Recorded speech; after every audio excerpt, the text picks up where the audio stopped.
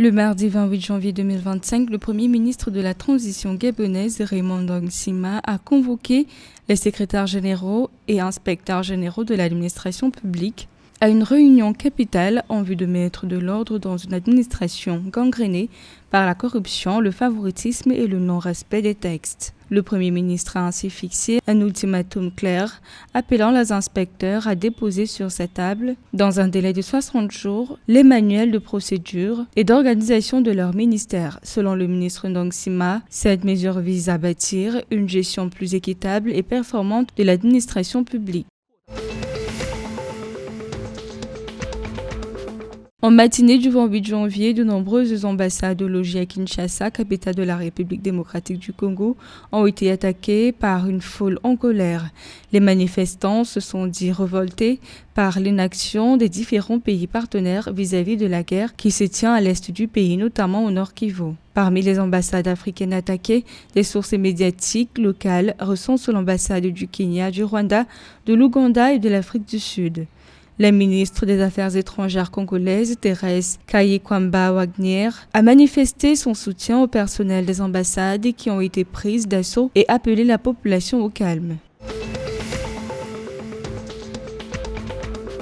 Dans la loi sur la fiscalité locale en vigueur depuis janvier 2025, le gouvernement camerounais a décidé que le produit du droit de timbre aéroportuaire, dont le rendement est projeté à 25 milliards de francs CFA, sera intégralement reversé aux régions.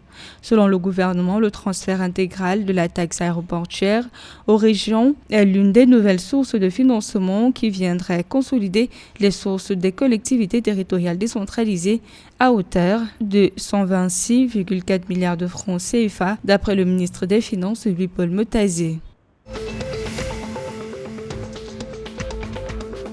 Au Tchad, le ministre de l'Élevage et de la Production animale, Abderrahmane Awad Ateib, a lancé l'atelier de validation de la politique nationale de développement durable de l'élevage ce 28 janvier 2025.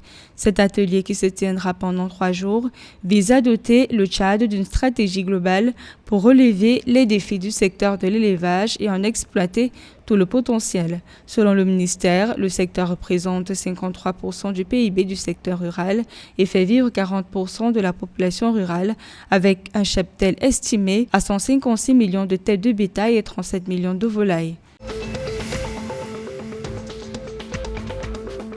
Le 26 janvier 2025, en République du Congo, les différentes commissions d'Apkido ont validé leur nouvelle dénomination et choisi leurs nouveaux dirigeants.